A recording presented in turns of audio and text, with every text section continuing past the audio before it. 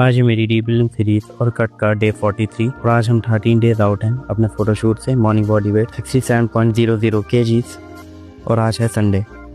हर Sunday की तरह निकल जाता हूँ आज मॉर्निंग वॉक के लिए।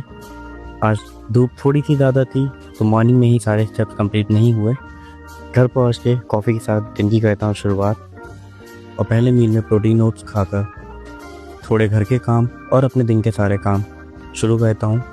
दिन के सारे मील्स ख़त्म करके शाम को एक इवनिंग वॉक के लिए निकल जाता हूँ बचे हुए स्टेप्स कंप्लीट करने के लिए। 20,006 स्टेप्स डन। आज से स्टेप्स को दोबारा से इंक्रीज़ किया है। आज के लिए बस इतना ही। मिलता हूँ एक नेक्स्ट वीडियो में।